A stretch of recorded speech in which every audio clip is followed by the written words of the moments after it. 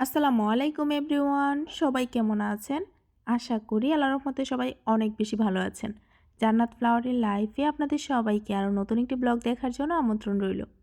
আজকে কি রান্না করলাম তাই শেয়ার করব আপনাদের সাথে। প্রথমে আমি মাছগুলোকে পানিতে ভিজিয়ে রেখেছিলাম, আর এদিকে আমি ভাতও বসিয়ে দিয়েছি। ভাতগুলো অলরেডি হয়ে এসেছে। এদিকে আমি রান্নার বাকি উপাদানগুলো রেডি করে রেখেছি, কারণ সবগুলো কাটাকাটি করা হয়ে গেলে রান্না করতে খুব বেশি একটা সময় লাগে না। এখানে আমি পেঁয়াজ, কাঁচামরিচ, ধনিয়া পাতা সবগুলো কেটে নিয়েছি। আজকে টমেটো রান্না করব, সেই জন্য টমেটোগুলো কেটে নিয়েছি। আর আজকে শুটকি দিয়ে আলু দিয়ে রান্না করব, সেই জন্য এগুলোকে কেটে নিয়েছি। এটা হচ্ছে ইউলো টেলফিশ, এটা হচ্ছে একটা সামুদ্রিক মাছ। আর এই মাছটার স্বাদ হচ্ছে আমাদের দেশে ইলিশ মাছের মতো। এই মাছটা আমি আজকে ভাজা করে খাবো, সেই জন্য লবণ হলুদ দিয়ে মেখে রেখেছি। আর এটাও ইউলো টেলফিশ, এটা টমেটো দিয়ে রান্না করব, এটাকেও আমি লবণ হলুদ দিয়ে মেখে রেখেছি। তো এই হচ্ছে আমার আজকের আয়োজন। এখন চলে আসলাম রান্নায়। আর আজকে রান্নাটা একটু তাড়াতাড়ি করতে হবে, সেই জন্য আমি দুইটা চুলাই বসিয়ে দিয়েছি। দুইটা চুলায় আমি দুইটা প্যান বসিয়ে দিয়েছি। একটাতে মাছ ভেজে নেব আর অন্যটাতে টমেটোগুলো ভেজে নেব। আর মাছগুলোকে আমি একটু ব্রাউন কালার করে ভাজবো। অন্যদিকে আমি তেল দিয়ে তেলটা গরম হয়ে এসেছে, এখন টমেটোগুলোকে ভেজে নিচ্ছি। আর টমেটোগুলো কিন্তু একদম খুব বেশি ব্রাউন কালার করে ভাজা যাবে না, আমি শুধুমাত্র অল্প কিছুটা ভেজেই তুলে নিব। সেজন্য দিয়ে দিচ্ছি লবণ এবং হলুদ। এখন টমেটোগুলোকে নেড়ে চেড়ে হালকা ভেজে নিব। আর এই মাছটা যেহেতু ইলিশ মাছের মতো স্বাদ, এই মাছটা ভাজা থেকে শুরু করে বেগুন কিংবা টমেটো সব কিছুর সঙ্গেই খেতে অনেক বেশি ভালো লাগে। তো আমার টমেটোগুলো কিন্তু প্রায় ভাজা হয়ে গিয়েছে। এখন এই পর্যায়ে আমি টমেটোগুলোকে তুলে নেব এবং অবশিষ্ট তেলে আমি দিয়ে দিয়েছি পেঁয়াজ কুচি। এখন পেঁয়াজ কুচিগুলোকেও নেড়ে চেড়ে ব্রাউন কালার করে ভেজে নিব। যখন পেঁয়াজ কুচিগুলো ব্রাউন কালার হয়ে আসবে তখন দিয়ে দিচ্ছি 1 চা চামচের মতো রসুন বাটা। এখন এই রসুন বাটাটাকে 1 মিনিটের মতো ভেজে নিব, এতে করে রসুনের যে কাঁচা গন্ধ আছে সেটা দূর হয়ে যাবে। এখন দিয়ে দিচ্ছি 1/2 চা চামচ হলুদের গুঁড়া, 1 চা চামচ মরিচের গুঁড়া, 1/2 চা চামচ ধনিয়ার গুঁড়া এবং 1 চা চামচ জিরার গুঁড়া। মশলাটা যেন পুড়ে না যায় সেই জন্য সামান্য একটু পানি দিয়ে দিচ্ছি। এখন এই মশলাগুলোকে ভালো করে কষিয়ে নেব। আর যে কোনো রান্নায় মশলা যত ভালো করে কষানো হয় রান্নার স্বাদ কিন্তু ততটাই বেড়ে যায়। তো মশলাটা ভালো করে কষানো হয়ে গেলে এখন দিয়ে দিচ্ছি ভেজে রাখা টমেটো এবং দিয়ে দিচ্ছি ভেজে রাখা মাছগুলো। এখন দিয়ে দিচ্ছি পরিমাণ মতো ঝোল, সঙ্গে দিয়ে দিচ্ছি কয়েকটা কাঁচা মরিচ। এখন সবগুলোকে একটু নেড়ে চেড়ে মিশিয়ে রান্না করে নেব। 4 থেকে 5টা ব্লক আসা পর্যন্ত রান্না করে নেব। এই পর্যায়ে দিয়ে দিচ্ছি স্বাদ মতো লবণ।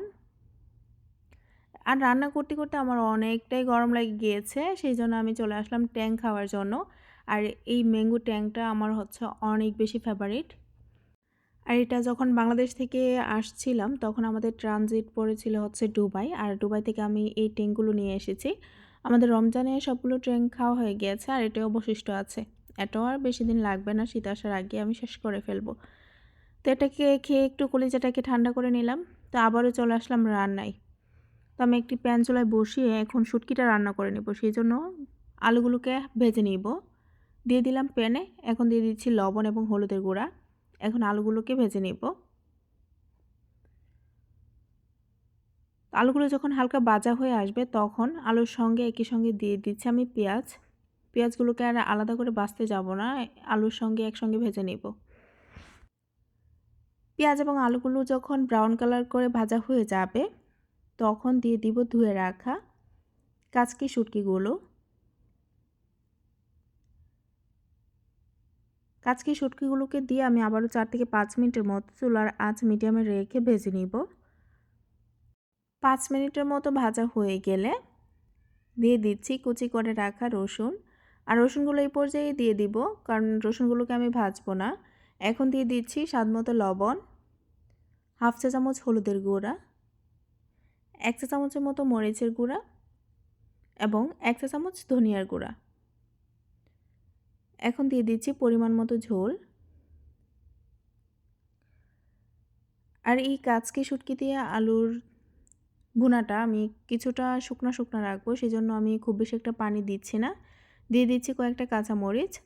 এখন নেড়ে চেড়ে আলুগুলো সিদ্ধ হয়ে যাওয়া পর্যন্ত রান্না করে নেব।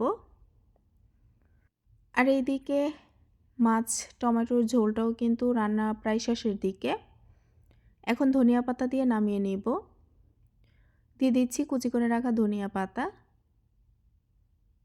আর আমি একটু ধনিয়া পাতা বেশি দিতেই পছন্দ করি, সেজন্য আমি বেশি করেই ধনিয়া পাতা দিয়ে দিচ্ছি। এখন একটা ব্লক চলে আসলেই চুলাটা অফ করে দিব।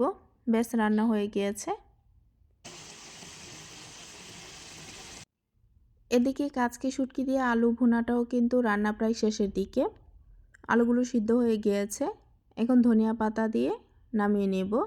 দিয়ে দিচ্ছি ধনিয়া পাতা। এখন সবগুলোকে একটু নেড়ে চেড়ে মিশিয়ে নিয়ে চুলাটা অফ করে দেব। কাচকি শুটকি দিয়ে আলুর এই তরকারিটা আমার অনেক বেশি প্রিয়। দেখতেই পাচ্ছেন কালারটাও কতটা সুন্দর হয়েছে। তো আমার 2টা তরকারি রান্না শেষ।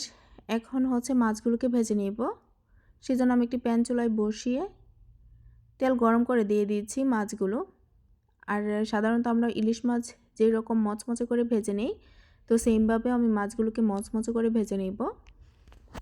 মাছগুলো 2 পাশই ভেজে নিয়ে আমি তুলে নিয়েছি। আর এই কি তেলে আমি কয়েকটা শুকনো লাল মরিচও ভেজে নিচ্ছি। আর এই মাছগুলো শুকনো লাল মরিচ ভাজা দিয়ে খেতে কিন্তু বেশ দারুণ লাগে। আমার কাছে মনে হয় যে আমি ইলিশ মাছই খাচ্ছি। তো সবগুলো রান্না করা শেষ। দেখতে পাচ্ছেন মাছগুলো ভাজাটা কতটা সুন্দর হয়েছে। তো আমার আজকের রেসিপিটি আপনাদের কাছে কেমন লেগেছে তা জানাতে ভুলবেন না। আর যদি ভালো লেগে থাকে তাহলে কিন্তু অবশ্যই লাইক, কমেন্ট এবং শেয়ার করে দিবেন। পাশাপাশি আমার চ্যানেলটিকে সাবস্ক্রাইব করে সঙ্গে থাকবেন। আজকে এই পর্যন্তই। সবাই ভালো থাকবেন। আল্লাহ হাফিজ।